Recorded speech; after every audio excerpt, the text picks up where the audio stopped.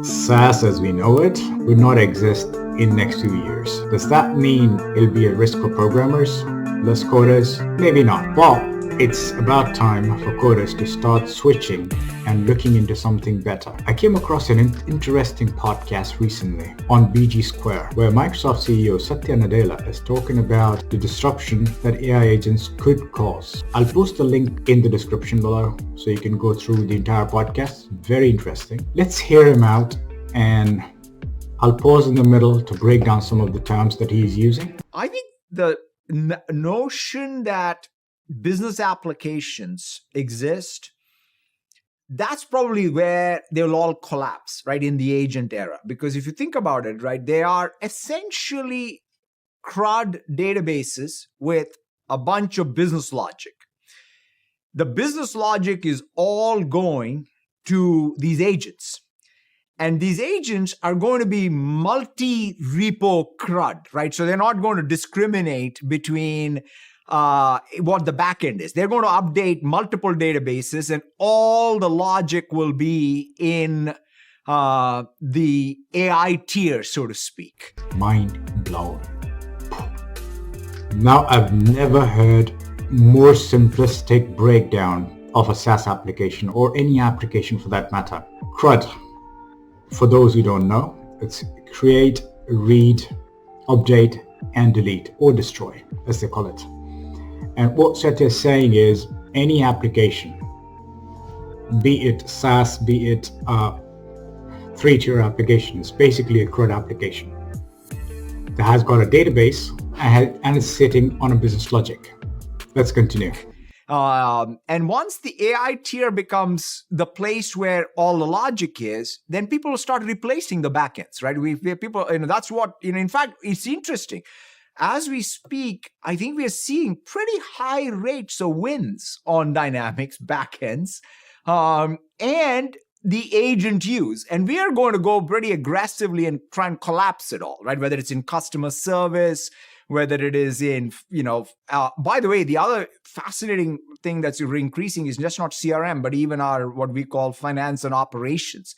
Because people want more AI native biz apps, right? That means the biz app, the logic tier can be orchestrated by AI and AI agents. So in other words, Copilot to agent to my business application should be very seamless. Now, in the same vein, you could even say, hey, why do I need Excel? Like, interestingly enough, one of the most exciting things for me is Excel with Python is like GitHub with Copilot, right? Now, that's an extremely interesting take. So basically what we are looking at is no more front end. Everything might look like ChatGPT in coming sometime. Maybe it might take a year, it might take a couple of years, maybe 5 years to propagate fully, because the applications are still very much in use. And customers, especially the non-technical people, they are kind of very into these kind of applications, like the usage and whatnot, and plus the entire training of them. Usually it used to take time back in the day, the adoption, the training, the understanding. Now think about it this way. When there is a database, then there is no business logic. Basically, you've got a chat window and you are asking questions to that chat window, and then basically the agents at the backend are going and questioning based on what your query is in a natural language, and they're going and querying multiple databases and getting back the information. I mean, this is crazy. Now the learning curve just got shortened, because people who used to need training, I'm talking about non-technical people, they used to need a lot of training back in the day on different kind of, like, where's this link, where's that option, where is this, how to create this report, how to generate this, and. But now, the way what Satya is describing, I think it's changing the whole game. And there might be a possibility that the operating systems might not be having any applications, but rather it'll come as a You power on the operating system. It presents you with kind of like a search field. You write, this is what you want to be done. The agents get back and work, and they start work. They start getting you the information you need. You might need to be connected to the internet, or you're doing it locally over your intranet. Did I give you an idea, or whoever is watching this, did I slip an idea of building a new operating system? Maybe. But it'll be interesting to see such a thing, like if I open my Windows or my MacBook or my Linux machine, and suddenly I'm not greeted with any kind of options, any applications, or nothing like that. What I'm greeted with is a field, an input field, like Google. You go, enter, ask what you need, it goes back and brings back all the information. Let's continue watching. Is when you have Excel, like this, by the way, it would be fun for you guys, right? Which is you should just bring up Excel, bring up Copilot, and start playing with it, because it's no longer like, it is like having a data analyst. And so it's no longer just making sense of the numbers that you have. It will do the plan for you, right? It will literally, like how GitHub Copilot Workspace creates the plan and then it executes the plan. This is like a data analyst who is using Excel as a sort of row column visualization to do analysis scratchpad. This has got a lot more exciting, because Microsoft already had Power BI, and they might have added a lot to Power BI. Power BI does its thing. It's a business intelligence tool, brings you all the information. You can use NLP, which is natural language processing, to query the data and get the data. You can connect to SQL or Excel, but everybody knows about that. But with this new approach, when you're having a Python interpreter and you're actually talking to Excel. Now, this gives, because I think from an open source perspective, so this gives another opportunity, because what you're looking at is more on the lines of applications like Gradio or Streamlit, which are built for machine learning, and you can integrate the AI, whether it's your local large language model, which you've deployed locally, or you're using OpenAI, or maybe Anthropic, or maybe Gemini, depending how much you're willing to pay. But if you're using that, you'll still be able to use Python interpreter, Excel, and actually start questioning and getting the information out of the entire stack seamlessly. And this does also put in the possibility of having your data locally. You can run Mistral or Llama 3, 3.3, or whatever version you want, or any other LLM that you like, and deploy it locally and actually run it. Let's continue watching. It's kind of interesting. You might want to look into the full podcast, by the way. It's with BG2, link in the description. I think it's about an hour and a half or something. Very interesting podcast. Highly recommended for you to watch. So it's kind of tools you. So the Copilot is using Excel as a tool with all of its action space, because it can generate, and it has Python interpreter. That is, in fact, a great way to reconceptualize Excel. And at some point, you could say, hey, I'll generate all of Excel. And that is also true. After all, there's a code interpreter, right? So therefore, you can generate anything. And so, yes, I think there will be disruption. But so the way we are approaching at least our M365 stuff is, one is build Copilot as that organizing layer, UI for AI. Get all agents, including our own agents. You can say the Excel is an agent to my Copilot. Word is an agent. It's kind of specialized canvases, which is, I'm doing a legal document. Let me take it into Pages and then to Word, and then have the Copilot go with it. Go into Excel and have the Copilot go with it. And so that's sort of a new way to think about the work and workflow.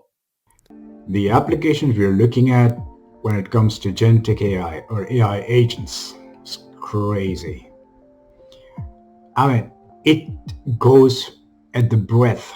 So you're talking about retail, you're talking about law, you're talking about creatives, business, sales, marketing, HR, everything. it just comes right into agentic AI, and you're able to do a lot when it comes to agentic AI and AI agents. Whether now, one of the important points just mentioned by Satya is when you talk about, he's talking about Copilot and how they are integrating with Excel, Word, and a lot more. But eventually, there will be no need to build PowerPoint presentations because Microsoft owns PowerPoint. They own a ton of data which relates to creatives like images, videos. They create a lot of like font and beautiful interfaces. So basically, you just need to tell your Copilot or in future an agent to create a presentation, give it an outline. It's going to draw it for you. You can even tell the number of slides, and all you need to do is minor tweaking and you're on your way. That saves a lot of time for salespeople now. Then coming back to building for the financials as well. So if you're looking at an accountant or you're looking at the CFO, they have got a big problem when they crunch the Excel sheets or they look into the databases, and maybe it's an SQL, it's an Oracle, can be in anything. All you need is an AI agent with the right instructions, a simple 50 to 100 line of code. That's it. That's your AI agent. And you put it to work, make sure it's tested and instructed right. Once you're done with that, you're good to go. All the accountant or Mr. CFO needs to do is write what they need. Now, this can be a little scary for the techs, especially the programmers and others, like, okay, fine, but it's not. Really, you just need to adopt and you just need to upgrade yourself. And that's just another kind of revolution, I'd say. Back in the day, we had Industrial Revolution. A lot of people lost their jobs because they were against it. But now, and then we got internet and late 90s and early 2000s. That's when it started becoming popular. A lot of people went against it. And the ones who adopted it got it right. In the very same way, AI is future. Now, how you utilize it, and no, it's not that robotic thing and the whole crazy approach where people think that it's gonna take over the world and whatnot. It's not taking over the world anytime soon. Actually, never. In the end, AI is nothing but a piece of software running on a computer somewhere. You plug the computer off, AI is dead, right? But if you have to make use of it, you need to do it right. And there are a lot of applications, a lot of places where we're wasting time, left, right, and center. So it's not going to take anybody's job.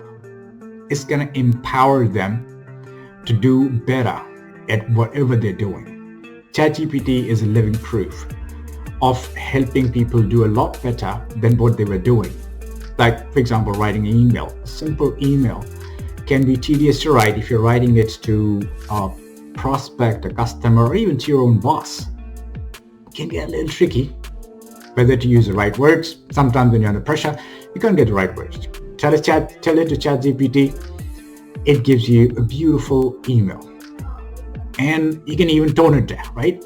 In order to utilize it best, it's best if we just make use of the AI and think of it as a friend rather than as a foe. Like, share, subscribe if you like. If not, it's all right. But do share it. Somebody, or if you don't share this video, share the podcast that's in the description. It's not going to help me, but it's going to help other people because they will know exactly what's coming and how to best utilize this kind of stuff. If you are not sure on how to make use of an AI in your business, hit me up. Email is in the description and probably around here somewhere.